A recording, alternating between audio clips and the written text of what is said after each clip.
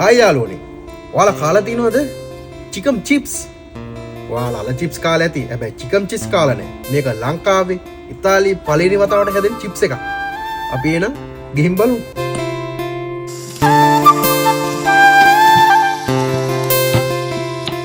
හරි යාළුවනේ, අපි මේ කුකුලේ බ්‍රෙස්ට් එක ගලව ගත්තා.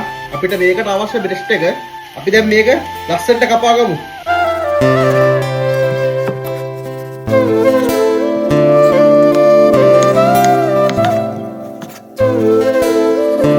හරි යාළුවනේ, අපි කුකුල් මස්සේ කපා ගත්තා.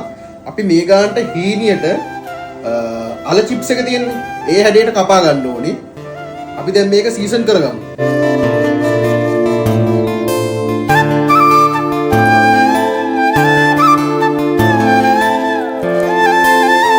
හරි යාළුවනේ, මේ තියෙන අපි සීසන් කරගත්ත මස් එක දැන් අපි මේක ගැඹුරු තලයේ බැද ගන්න ඕනි.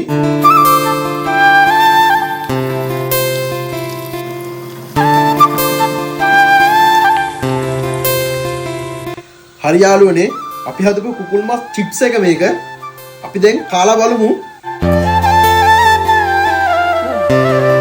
ඇත්තටම යන පට්ට රහයි.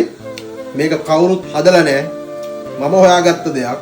අනිවාර්යෙන් ලයික් කරන්න, කමෙන්ට් කරන්න, ෂෙයා කරන්න. ඔයාලා අනිවාර්යෙන්ම ඔයාලගේ බොන හස්බන්ඩ්ට බොණ්ඩ හදලා දෙන්න පුළුවන් සුපිරි බයිට් එකක් තමයි මේක. අනිවාර්යෙන් මේක සේව් කරලා තියාගන්න. molto buono.